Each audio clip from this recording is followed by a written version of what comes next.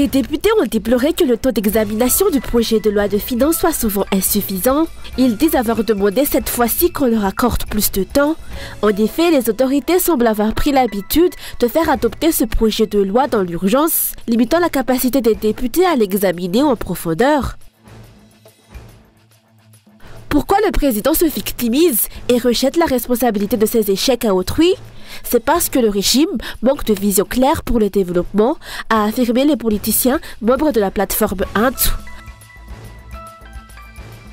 De l'actualité internationale, la militante écologiste suédoise Greta Thunberg a appelé les responsables politiques et journalistes présents à la COP29 sur le climat à Bakou à rendre visite aux otages arméniens et demander la libération immédiate de tous les prisonniers politiques.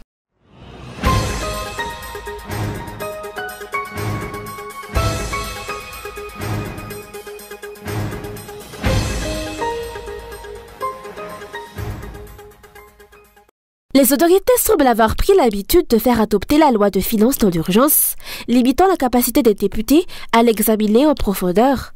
Pourtant, l'examen du projet de loi de finances constitue l'un des principaux objectifs de la deuxième session ordinaire de l'Assemblée nationale.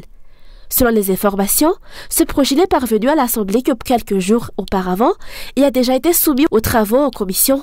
Cependant, pour les députés qui ne font pas partie de cette commission, le temps alloué par le ministère de l'Économie et des Finances pour analyser le document est insuffisant pour en étudier le contenu de manière approfondie. Nous avons demandé que le document relatif à la loi de finances initiale soit transmis plus tôt, afin de pouvoir examiner ce projet de loi en profondeur. Les anciens députés ont souligné qu'ils ne disposaient pas de suffisamment de temps pour analyser le texte avant son adoption. Nous insistons sur la nécessité d'un délai plus conséquent pour évaluer son impact sur nos districts respectifs et avancer les ajustements nécessaires. Nous exigeons ce droit d'apporter des rectifications au lieu d'être contraints d'adopter le projet tel quel. Selon les explications, l'Assemblée nationale fait actuellement face à des difficultés financières récurrentes. Le nombre de députés est passé d'environ 150 à 163, mais le budget de l'Assemblée nationale n'a pas été augmenté en conséquence. En tant qu'institution, l'Assemblée a toujours bénéficié d'un budget autonome. Cependant, ce n'est plus le cas, le ministère de l'Économie et des Finances détermine désormais le budget et l'Assemblée se contente de l'exécuter. Cette situation est contradictoire, car elle va à l'encontre du principe selon lequel l'Assemblée nationale doit surveiller l'exécutif. Désormais, c'est l'exécutif qui dicte les finances de l'Assemblée. Les trois axes principaux de la vision du régime actuel pour ce mandat se reflètent-ils dans ce projet de loi de finances?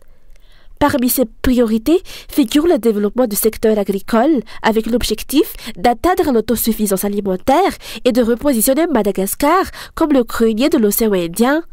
Sont également visées la résolution des problèmes d'électricité et d'eau, problématiques majeures pour les Malgaches à travers l'île, ainsi que la réhabilitation des infrastructures essentielles, notamment les routes nationales endommagées. Ce lundi, le projet de loi fixant le budget de l'État pour l'année 2025 sera présenté à Timazaz.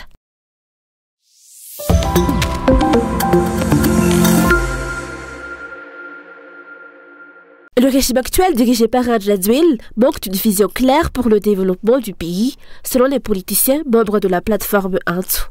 Or, le développement repose sur une stratégie bien définie, visant à améliorer les conditions de vie de la population et à promouvoir le progrès économique, social et politique.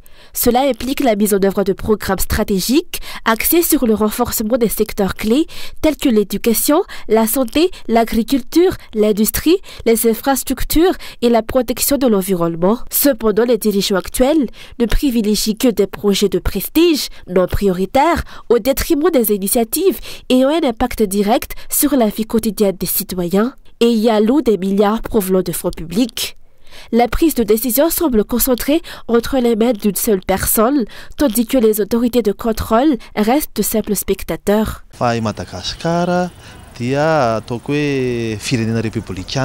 Madagascar est une république, ce qui signifie que les décisions ne devraient pas être le fait d'une seule personne, mais émaner d'un système structuré.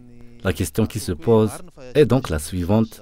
Ces décisions sont-elles prises de manière impulsive? Certes, certaines situations exigent des réponses urgentes, mais en tant que République, le pays dispose d'échelons institutionnels qui doivent participer au processus décisionnel. Il s'agit de la gestion d'un État et non d'une entreprise. Cela soulève également une interrogation majeure. Où sont les parlementaires, tant au Sénat qu'à l'Assemblée nationale? Ces institutions ont une responsabilité de contribuer à la recherche de solutions, y compris l'élaboration des lois et la garantie de l'orthodoxie financière. Ce manque de vision claire de la part des dirigeants actuels est à l'origine de la dégradation progressive du pays. Leurs actions n'est dictées que par des rêves et des impulsions, sans réelle stratégie ni planification cohérente. De plus, l'allocation des fonds publics ne correspond pas aux besoins prioritaires ni aux travaux à réaliser. Le président a affirmé qu'il n'avait pas de vision, mais qu'il agissait immédiatement. Nous osons affirmer que c'est erroné. Diriger un pays nécessite une vision claire, et c'est précisément l'absence de cette vision qui perturbe la gestion actuelle du pays. Une vision est un plan structuré qui guide toutes les actions à entreprendre, en ajustant les ressources financières et humaines en fonction des priorités définies. Ce n'est pas une simple idée, comme celle de la construction de téléphériques, mais un programme fondé sur des bases solides, tant économiques que politiques. Une véritable vision permet aux dirigeants de savoir où ils veulent aller, avec quels moyens et quelle équipe il leur faut mobiliser. Cela leur évite de rejeter la responsabilité de leurs erreurs sur d'autres, comme l'a fait le président en se victimisant et en accusant des personnes de le saboter dans les quartiers où il est populaire, tout en reconnaissant que certaines responsables étatiques ne remplissent pas leurs obligations. Cela découle d'un manque de vision.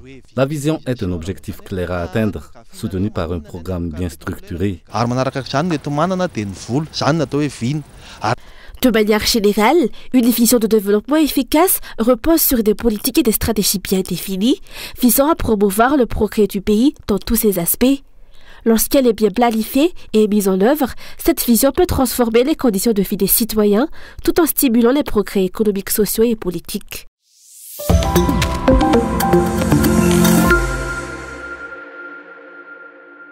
Le paludisme demeure aujourd'hui une maladie endémique qui touche fréquemment la population malgache. Bien que plus répandue au milieu rural, elle affecte désormais presque toutes les régions de l'île. De nombreux citoyens touchés par cette maladie n'accèdent aux soins qu'à un stade avancé, souvent en raison de la précarité, ce qui complique l'intervention médicale. D'autres ne consultent un médecin qu'après avoir épuisé les recours à la médecine traditionnelle, sans succès.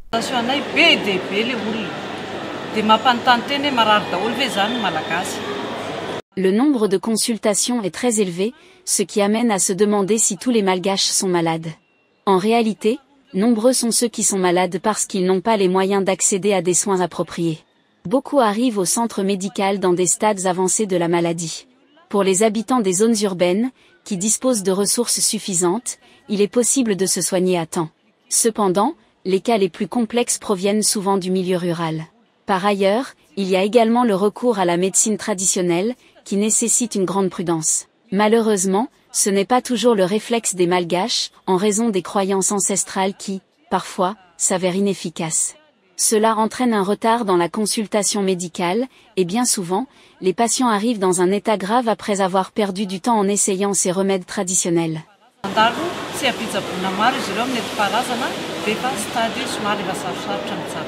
La région du Sud n'est pas épargnée et subit également de graves problèmes liés à l'approvisionnement en eau, ce qui engendre d'autres maladies et cause de sérieux dommages à la santé des habitants.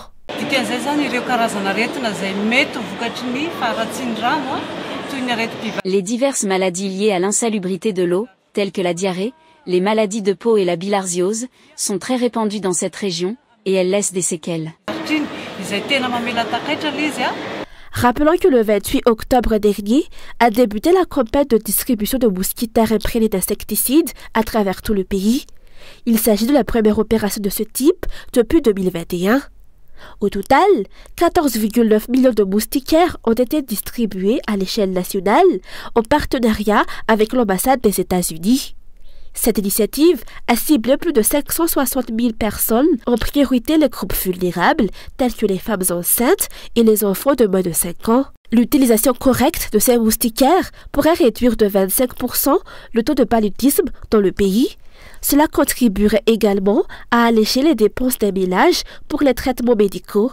Par conséquent, il est fortement recommandé d'utiliser les moustiquaires imprégnés d'insecticides et de consulter immédiatement un centre médical en cas de symptômes.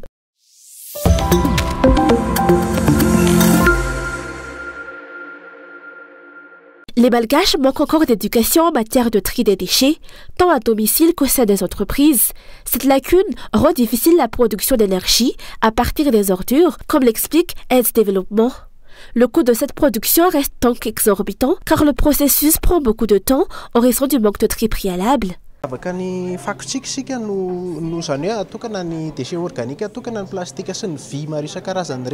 Le tri des déchets, qui consiste à séparer les déchets organiques, plastiques et métalliques, permet de réduire considérablement le temps et les coûts de transformation. Cependant, cette pratique n'est pas encore courante chez nous et la sensibilisation reste insuffisante. On constate encore que les ordures s'entassent sans distinction dans les pays développés. Cette démarche est intégrée et systématique. Elle permet aussi de faciliter le travail des transformateurs. Outre l'amélioration de la propreté urbaine, le tri des déchets, soutenu par une politique adéquate, présente plusieurs avantages, tels qu'une meilleure gestion des ressources et à l'amélioration générale de l'environnement. 97% malagasy dia mbola mampiasa charbon sikitay dia noho izany zany raha miditra ty secteur hoe Actuellement, 97% des Malgaches utilisent encore du charbon et du bois pour la cuisson. Si le secteur de la production d'énergie, par la transformation des déchets, qui se développe lentement, parvient à se structurer, il pourrait contribuer à réduire l'utilisation de charbon et de bois. Un foyer consomme en moyenne entre 1 et 3 kg de charbon par jour. Et même une réduction de 1 kg par foyer aurait un impact notable sur la préservation des arbres. Bien que l'impact de cette valorisation énergétique soit modeste au niveau des foyers et des grandes entreprises, il reste significatif. Notre défi consiste donc à développer ce secteur et à sensibiliser le grand public, car de nombreux Malgaches, y compris dans la capitale, ignorent encore l'existence de cette filière.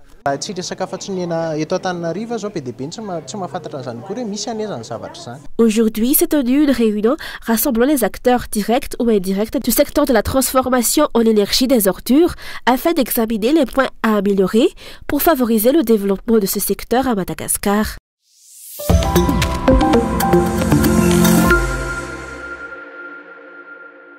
100 femmes du 3e arrondissement d'Atal-Lagiv ont reçu du matériel pour pratiquer la pisciculture hors sol après avoir suivi une formation spécialisée. Ce projet, mis en œuvre avec le soutien de l'association Femmes Mezantou et les fonds canadiens d'initiative locale, cible des femmes âgées de 18 à 55 ans. Il vise à promouvoir l'autonomisation économique des participantes.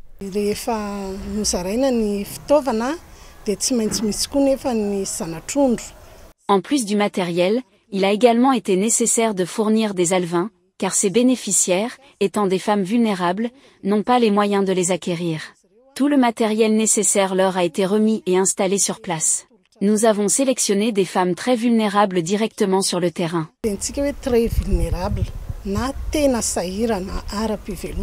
De nombreuses femmes ont exprimé leur désir de participer au projet en raison des difficultés actuelles que traverse le pays. Cependant, le nombre de bénéficiaires a dû être limité.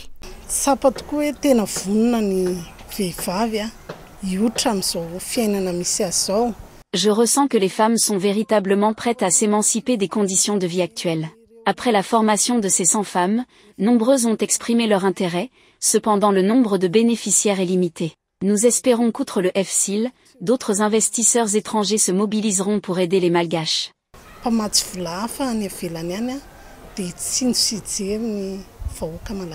La promotion de la femme est un axe de la politique étrangère du gouvernement canadien, ce qui a motivé son engagement à soutenir et financer ce projet.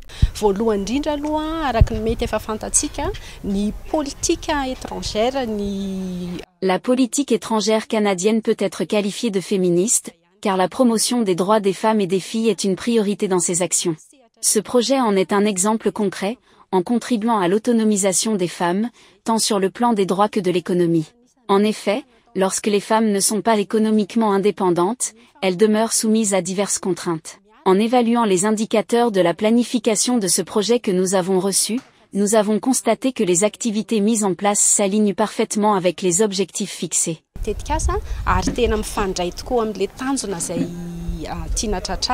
En plus de la formation et des dons de matériel, ces 100 femmes bénéficieront également d'un accompagnement pour trouver des opportunités commerciales à mesure que leur production augmentera. Elles recevront un soutien dans la gestion et la promotion de leur activité afin de garantir des résultats positifs tant pour leur foyer que pour leur communauté.